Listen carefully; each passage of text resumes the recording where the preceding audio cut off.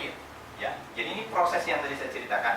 Ya, kemudian saya niatkan, wah ini kalau bisa nih dimodifikasi nih, yang dokter nih hebat. Ya, kemudian saya menemukan ada orang datang kepada saya, dikirim sana, dikirim sini, ngurut saya seperti itu, ngurut ini, ngurut itu. Ada habis diurut meriang, habis diurut meriang, nggak bisa gerak sama sekali. Ada habis diurut cuma lembut gitu. Tapi saya terus bisa gerak-gerakin hati. Ya Allah, enak banget, sebentar banget ini ngurut. Besok sini lagi ya. Wah, orangnya ternyata diperlukan di mana-mana, nggak ketemu-temu, terpaksa karena sakit banget diurut lagi yang nyakitin tadi. Cuma saya bilang, Pak bisa nggak pelan-pelan aja?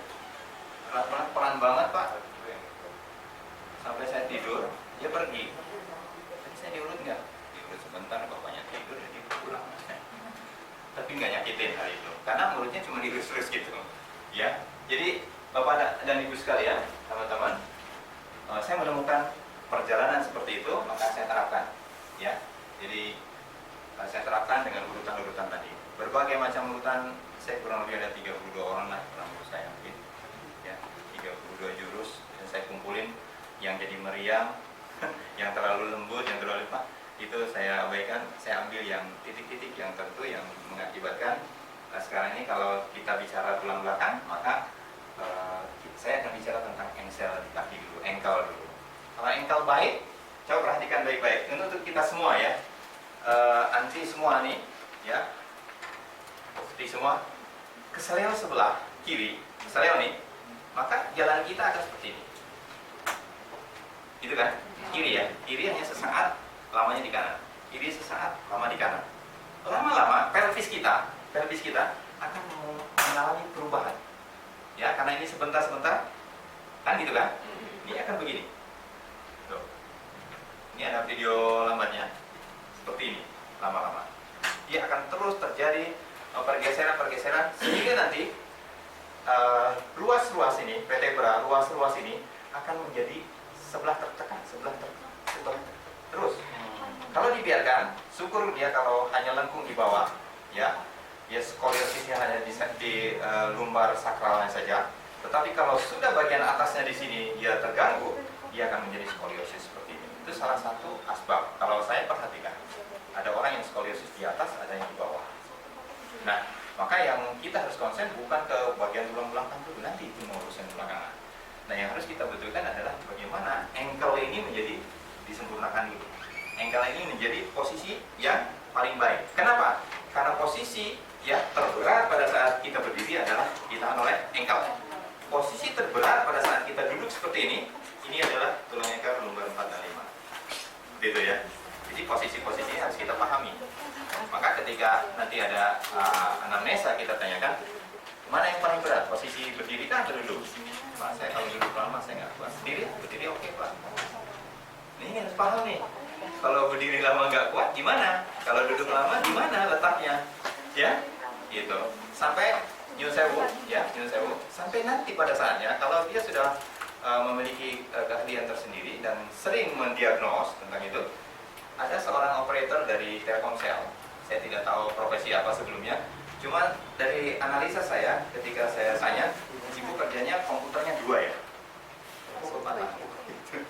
Kerja di mana Bu? Telkomsel. Oh, ibu input data. Iya. Monitor yang besarnya di sebelah kanan ya Bu? Iya, yang kecil di kiri. Ibu sering nengok kemana? Ke kiri. Gitu. Udah kiri, sering nengok kecil. Ya Pak? Pak mungkin Pak Yana apa nih kalau nengok ke kiri udah kecil, kan ngerut gitu ya. Kecil gini. Kalau kecil identik gini Pak, mendekat. Gitu. Saya gambarin. Bayangkan, kalau ibu monitor yang kecilnya di depan, ibu akan begini, ke sininya begini. Itu masih tertolong. Tapi kalau ke depannya begini, ke sebelah kirinya begini, ininya naik sebelah. Ininya naik sebelah, ini lengkung. Jadi kalau jalan agak begini. Perempuan kan nggak keren. Ya, masih nol lagi kan gitu. Jadi saya bilang pulang dari sini langsung minta tolong diubah monitor yang besarnya, yang sering ditengok, atau diubah posisi duduknya seperti itu. Jadi ini masalah ya di pekerjaan kita. Saya ulas ada di namasaya.com, kalau namasaya.com atau di terapitulangblakang.com. Saya ulas yang seperti itu. Di Jadi praktik untuk orang-orang pekerja di kantoran. Oke, bagaimana crack method dapat membantu terapi tulang belakang? Dengan pengalaman sebagai pesakit atau pasien dan sebagai terapis memiliki keyakinan ya bahwa teknik crack method ini dapat dan telah banyak membantu penderita yang mengalami gangguan tulang belakang. Saya sebut di beberapa negara. Alhamdulillah Allah memperjalankan saya di bumi Allah yang lain. Ya, asbabnya sakit, dirawat di Malaysia, sembuh sambil belajar. Tiba-tiba Tuan Guru memberi tugas pada saya, Bapak lepas ini, Bapak yang mengajar. Ya, setelah itu saya mengajar sampai hari ini. Alhamdulillah. Sampai alhamdulillah ditemani Pak Puji jalan-jalan ke Malaysia, diongkosin, diangkopin.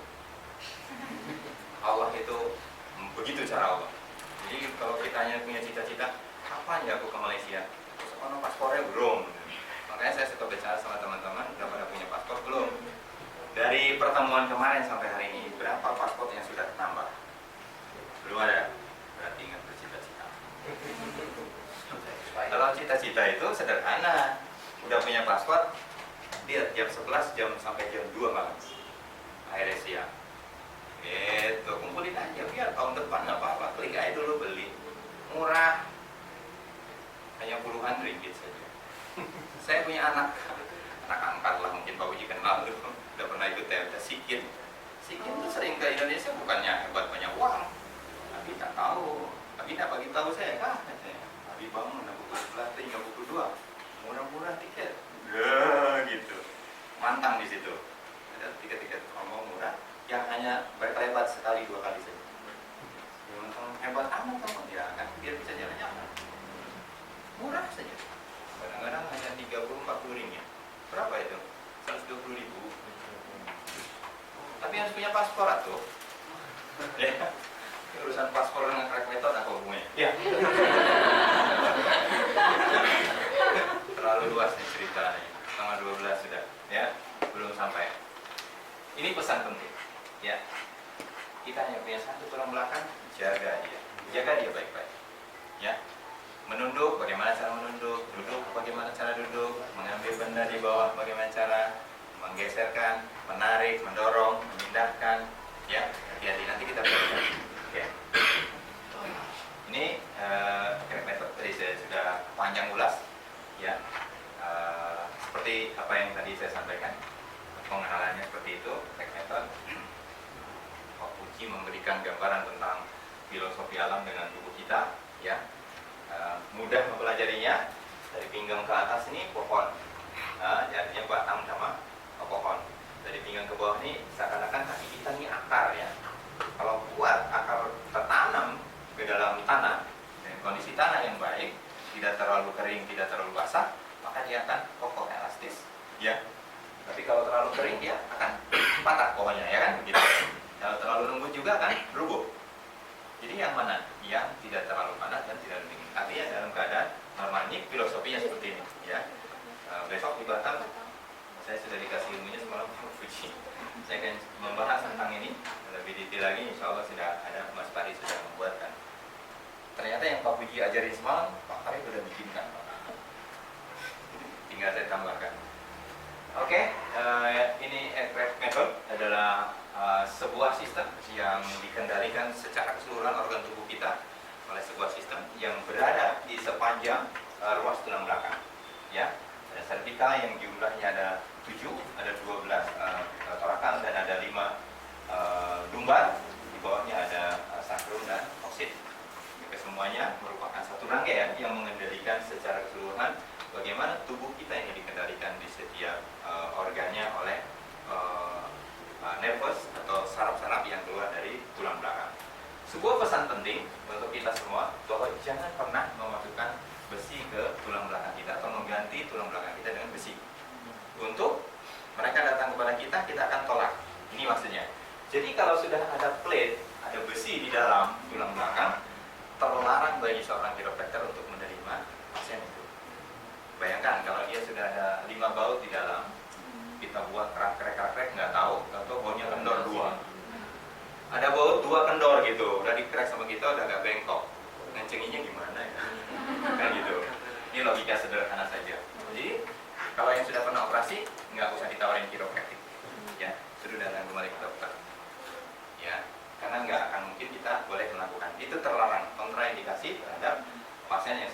ya. Nah, contoh seperti ini, ya.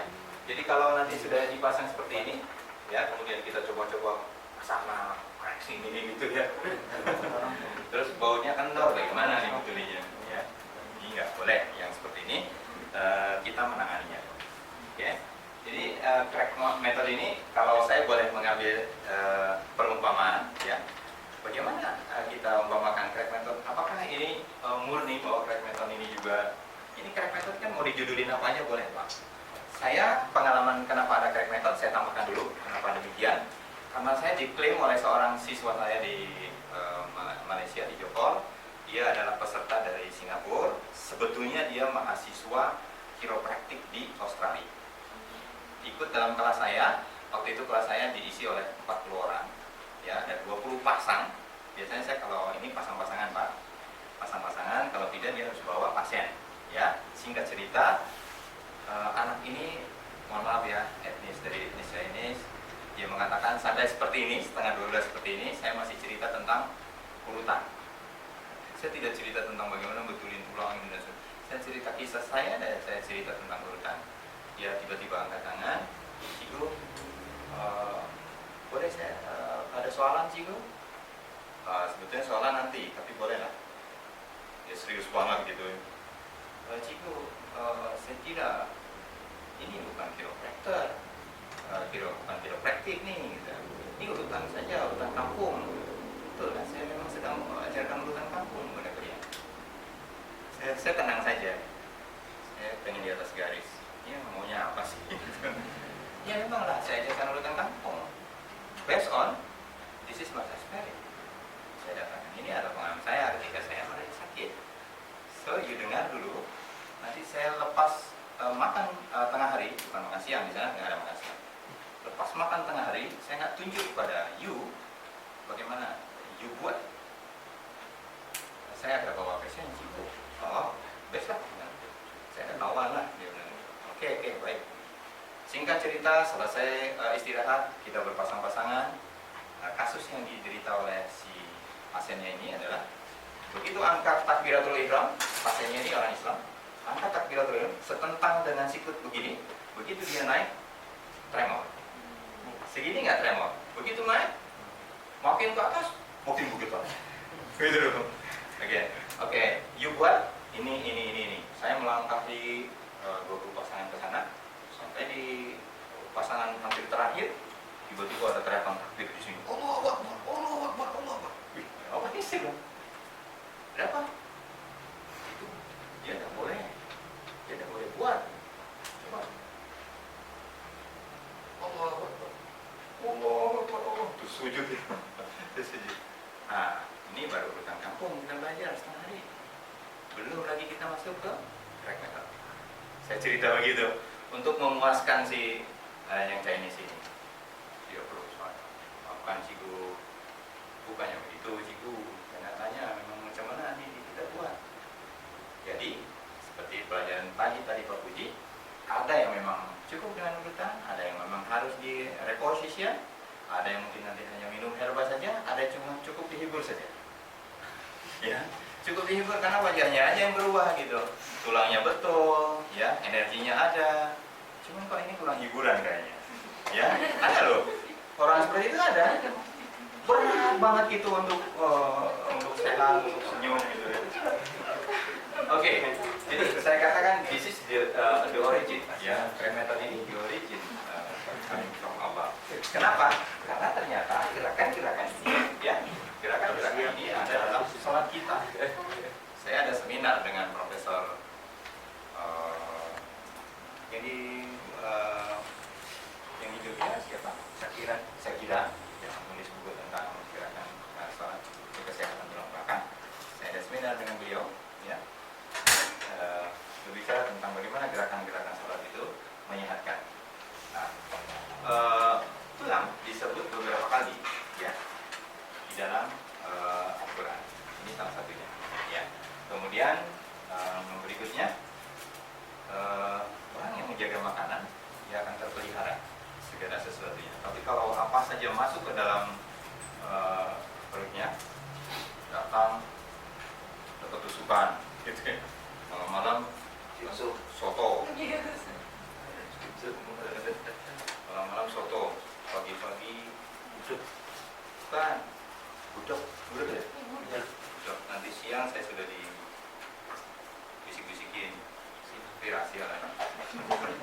Nanti sore lagi. Kalau itu semua masuk tanpa diperhitungkan, wes kang gopo belajar sindrom. Di sing ngajak sihu ini, sing ngajak ini suhu ini. Sudah dihitung sampai cerita sindrom, nanti sambil cerita uduk ngono. Jadi ini salah satunya. Jadi untuk menegakkan tulang sulbi cukuplah beberapa suapan. Kita beberapa titik. Paling kenceng ini. Di atas garis. Pengakuan yang tulus. Orang jujur di atas garis. Yes. Ya. Jadi kalaupun terpaksa, gitu, dibagi 3 katanya. Ya. Minumnya sepertiga, benda padatnya sepertiga, sisakan buat udara sepertiga. Jangan sampai selesai makan ada bunyi-bunyian. Ada yang terzolimi. Ya, ruang udara ditolak, dipenuhi oleh air dan makanan. Ini terzolimi lagi, seperti itu. Ya, seperti itu. Jadi bagi 3 seperti itu. Mumpung di Purwokerto padahal ada sate Sokarja gitu. Soto. Oke, apabila engkau sujud, tekankan wajahmu, kedua tanganmu ke tanah hingga setiap ruas tulang. Nanti saya praktekkan. Ingatkan saya, suka lupa nih kalau sudah ada mejanya nanti. Bagaimana ruas kembali ke setiap ruasnya, kembali ke tempatnya seperti apa, nanti saya tunjukkan. Dan bunyi-bunyinya boleh didengarkan masing-masing. Ya, jadi kita nih selama ini mungkin sujudnya masih belum memenuhi 7 anggota tubuh ya, sehingga dia tidak keluar bunyi-bunyian itu. Kembali ke tempatnya, kembali ke ruasnya, sehingga kita sujudnya mau berlama-lama, bukan mau cepet-cepet. Beda. Jadi kalau kita sujud nggak bisa lama, itu masih salah. Dalam arti dari sisi yang dimaksud oleh ini dan dari sisi manfaat dari sujud yang bisa ya, bayangkan otaknya ada di sini, jantungnya sudah di atas ketika sujud. Nah, gravitasi di bumi membantu aliran darah dari jantung dan jantung istirahat. Dia tidak memompa ke atas. Kalau sekarang ini memompa ke atas nih, memompa ke atas gitu kan. Begitu dibalik, ya pompanya cukup pelan saja, tetapi alirannya karena ada graviti, dia akan ketarik. Inilah saat terbaik. Maka orang-orang yang cukup oksigen di otak, artinya oksigen dalam darah ke arah otak, berpikirnya selalu positif, wajahnya selalu ceria, semangatnya selalu ada, dan dia adalah orang-orang di atas.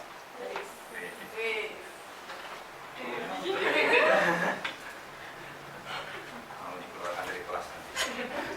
Oke, jika kamu ruku, letakkan kedua tanganmu pada kedua lututmu dan luruskan punggungmu. Nanti sebutkan punggung itu ruas tulang belakang sini. Nah, serta tekankan tanganmu untuk ruku. Tekankan tangannya, jangan diayun-ayun gini. Gini, tekankan tanganmu di sini, di lutut. Ya, lurus begini. Tekan di hadis lain dikatakan, andaikan satu bejana disimpan di sini, mana bejana ini?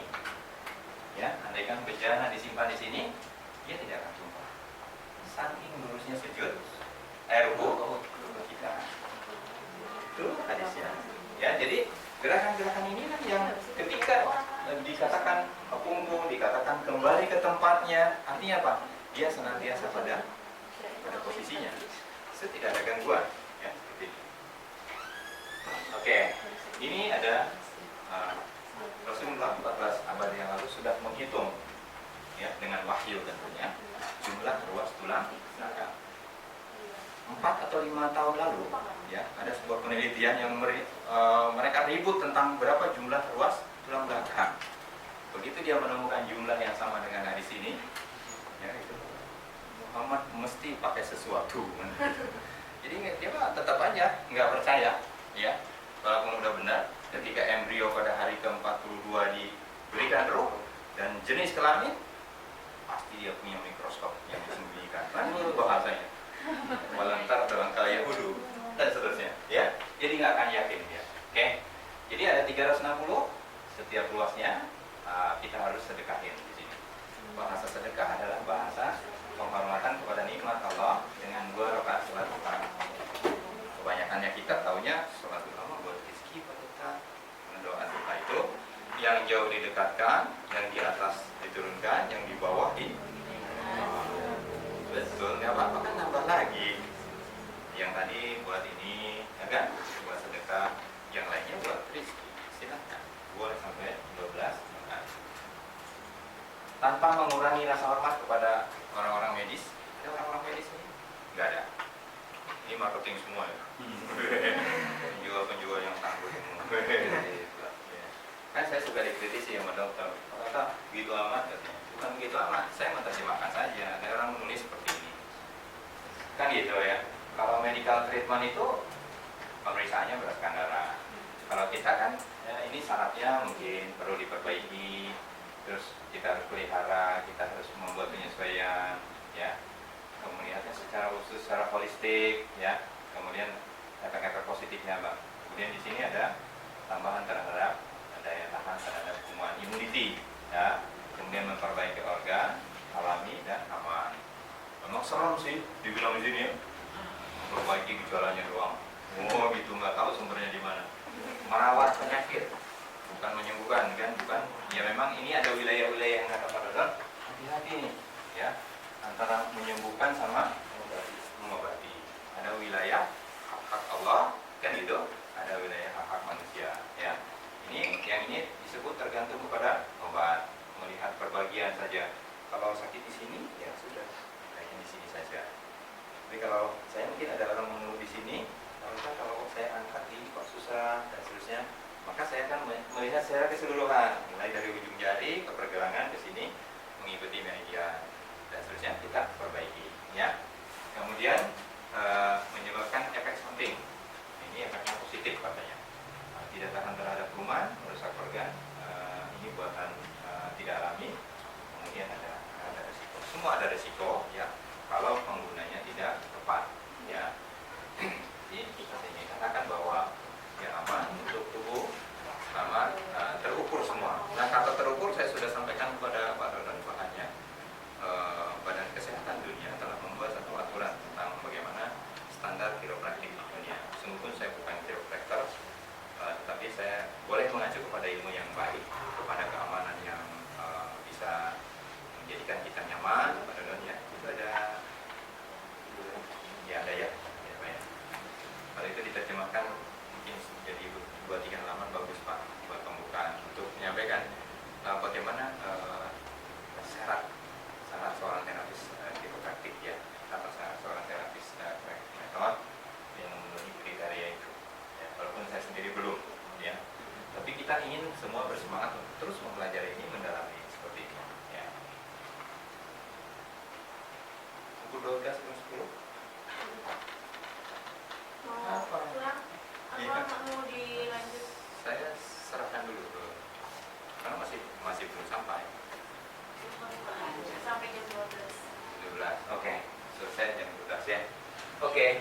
Jadi teman-teman sekalian, ini ada sebuah penelitian statistik bahwa hampir ya 80% ini populasi manusia yang ada ini pernah mengalami low-back pain, sakit di bagian tulang belakang bagian bawah.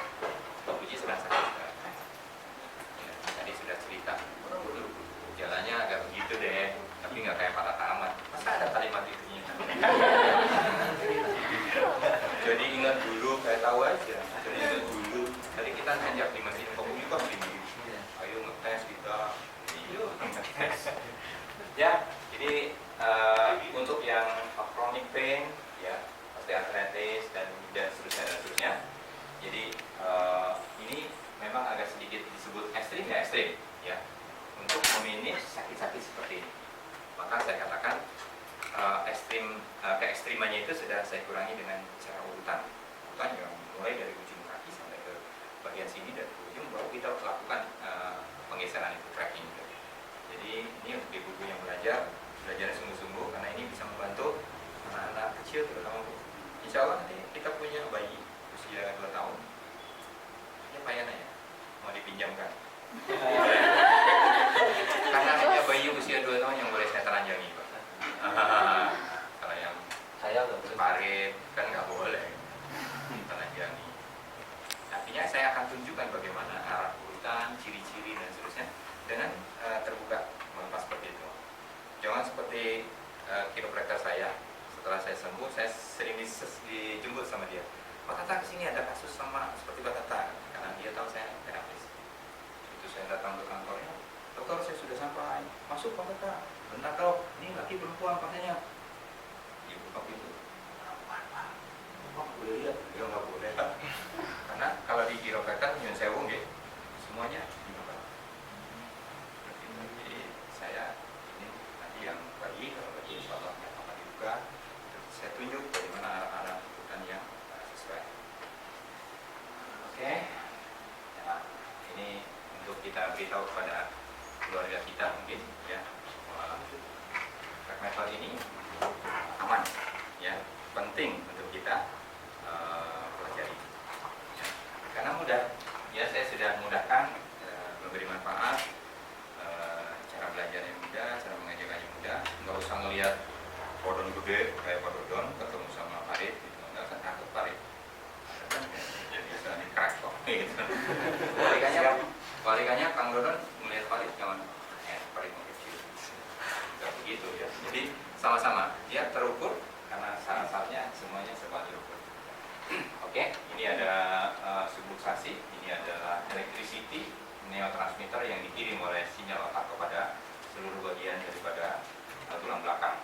Ya, jadi inilah yang bekerja dari sini. Semua organ dikendalikan oleh wilayah-wilayah itu. Jadi beberapa itu sekalian, anak-anak kecil yang rewel, anak-anak kecil yang susah untuk tidur dan seterusnya, bisa kita bantu, ya. Kemudian bagian-bagian fungsi kontrol daripada nervous system yang ada, ya, yang berkoordinasi satu sama lain di antara organ yang terstruktur dalam wilayah tulang belakang, itu pun bisa dilakukan dengan metode. Jadi subluxasi bisa terjadi akibat bermacam-macam asbab, ya. Jadi antara otak dan tubuh kita, ya. Kemudian komunikasi yang tidak baik itu diakibatkan oleh berbagai hal. Ini, ya. Jadi banyak hal penyebab daripada terjadinya gangguan pada ruas tulang belakang. Asma bisa kita bantu, ya, beberapa kasus. Baik Pak, beberapa kasus bisa kita bantu dengan kiropraktik atau dengan crack method. Tadi saya katakan dalam pengalaman ini berbagai hal, ya, yang ditimbulkan akibat gangguan pada tulang belakang ini, ya, itu bisa kita bantu, ya. Ada yang pemarah di sini, ya, emosional, itu juga bisa dibantu dengan crack method, ya.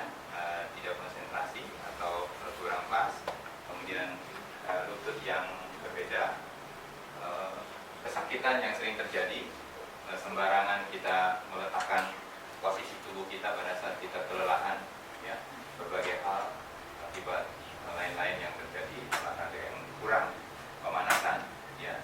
Kemudian ini ada sebuah penelitian, ya, bahwa kiropraktik itu sangat membantu, ya, dan tidak berbahaya.